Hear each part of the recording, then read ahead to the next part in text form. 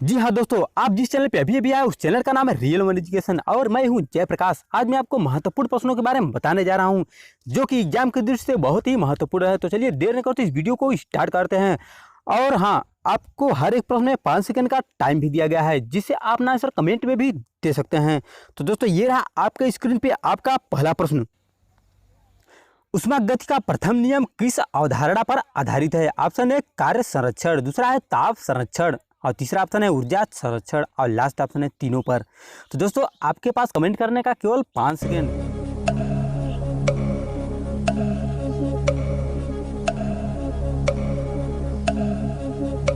तो option number तीसरा सही है, ऊर्जा संरक्षण। आते हैं दोस्तों नेक्स्ट प्रश्न पे। उबलते जल की अपेक्षा वाष्प से ज्यादा जलन होती है। ऑप्शन एक भाप शरीर की में पहुंच जाती है, दूसरा है भाप में अधिक मारक क्षमता है, तीसरा है भाप हल्की होती है, लास्ट ऑप्शन है भाप में गुप्त ऊष्मा होती है। तो आपका रहा केवल 5 सेकेंड।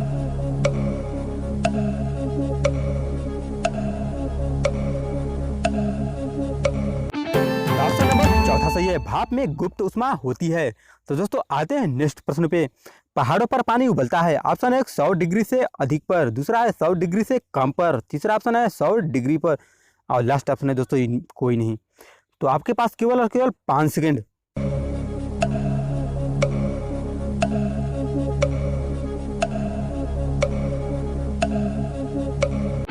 दोस्तों ऑप्शन नंबर दूसरा सही है, 100 डिग्री से कम पर। आते हैं दोस्तों नेक्स्ट प्रश्न पे। ठोस कपूर से कपूर वाष्प बनने की क्रिया है। ऑप्शन एक ऊर्ध्वापातन, दूसरा है वाष्पीकरण, तीसरा है संघनन और लास्ट ऑप्शन है दोस्तों संवहन। तो आपके पास केवल और केवल कमेंट करने का 5 सेकंड।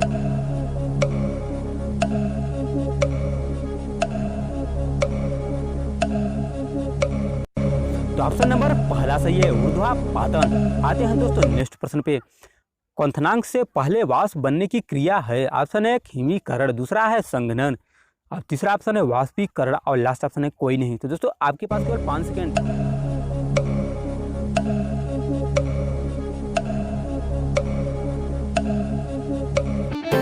दोस्तों ऑप्शन नंबर तीसरा सही है, वाष्पीकरण। आते हैं दोस्तों नेक्स्ट प्रश्न पे। कार्य का मात्रक है। ऑप्शन है वाट, दूसरा है न्यूटन और तीसरा ऑप्शन है जूल और दोस्तों लास्ट ऑप्शन है एम्पियर।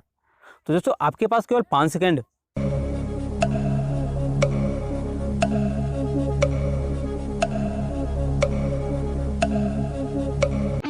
ऑप्शन नंबर तीसरा सही है जूल।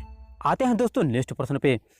प्रकाश संश्लेषी अंग इनमें से कौन सा है? ऑप्शन एक हरित लवक, दूसरा है स्टोमेटा, तीसरा ऑप्शन है जड़ और लास्ट ऑप्शन है पत्ती।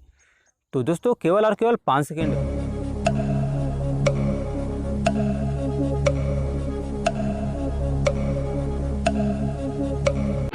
ऑप्शन नंबर पहला बिल्कुल सही है, हरित लवक। आते हैं दोस्तों नेक्स्ट प्रश्न पे। निम्न में से किसका उपयोग खाना बनाने वाले ईंधन के रूप में किया जाता है? ऑप्शन है एलपीजी, दूसरा है सीएनजी और तीसरा ऑप्शन है बायोगैस और दोस्तों लास्ट ऑप्शन है कोयला। तो आपके पास 5 सेकेंड।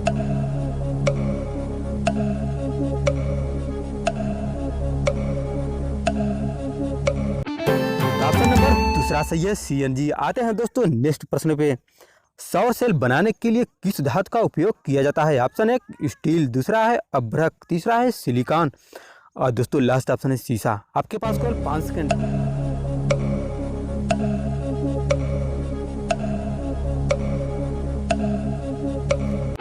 दोस्तों ऑप्शन नंबर तीसरा सही है सिलिकॉन। आते हैं दोस्तों नेक्स्ट प्रश्न पे। डेनमार्क को कहा जाता है। ऑप्शन एक जल विद्युत का देश, दूसरा है उद्योगों का देश, तीसरा ऑप्शन है खनिज पदार्थों का देश और दोस्तों लास्ट ऑप्शन है पौनों का देश। तो कमेंट करने का केवल 5 सेकेंड।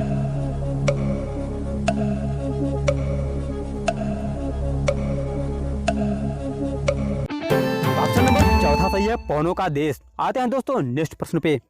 पृथ्वी का ऊर्जा का सबसे विशालतम स्रोत है। ऑप्शन एक लकड़ी, दूसरा है सूर्य, तीसरा है चंद्रमा और लास्ट ऑप्शन है कोयला। तो दोस्तों कमेंट करने का केवल और केवल आपके पास 5 सेकेंड।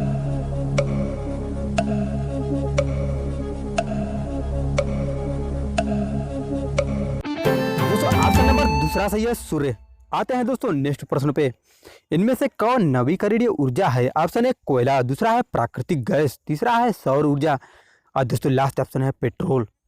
तो आपके पास कमेंट करने का केवल 5 सेकेंड। ये रहा आपका टाइम।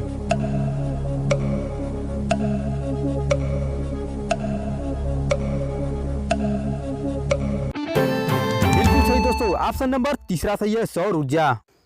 तो दोस्तों उम्मीद करता हूँ वीडियो बहुत अच्छी लगी होगी। अगर आपने अभी तक वीडियो को लाइक और शेयर नहीं किया तो लाइक भी कर दीजिए और शेयर भी कर दीजिए, और चैनल को सब्सक्राइब करना बिल्कुल मत भूलिएगा, क्योंकि मैं आपके लिए रोजाना ऐसे वीडियो लाता रहता हूँ। तो मिलते हूँ अगले वीडियो में, आज के लिए बस इतना ही।